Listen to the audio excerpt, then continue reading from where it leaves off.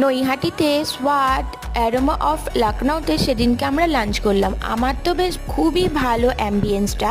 তো তোমরা দেখতেই পাচ্ছ একটা রাজকীয় ব্যাপার।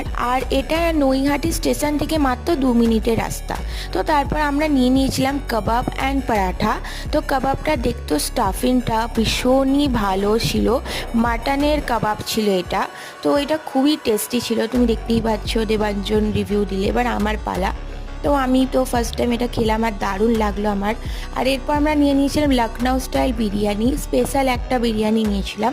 তো কোয়ান্টিটি দেখতেই পাচ্ছ, দুজনের জন্য ইনাফ কোয়ান্টিটি। এবার ফার্স্ট দেবাঞ্জন টেস্ট করলো, তো ওর তো খুব ভালোই লেগেছে, তোমরা রিয়েকশান দেখে বুঝতেই পারছো। এবার আমার পালা, আমারও খুব ভালো লেগেছে। তারপর আমরা নিয়েছিলাম ফিরনি আর ভার্জিন মজিতো। তো ফিরনিটা আমার ভীষণ ভীষণ পছন্দ হয়েছে, ইট ইজ সো ইয়াম্মি, আমার খুব ভালো লেগেছে। আজকের মতন ভিডিওটা এই পর্যন্তই। এরকম ছোট ছোট মিনি ব্লগের জন্য চ্যানেলটা সাবস্ক্রাইব করে টাটা।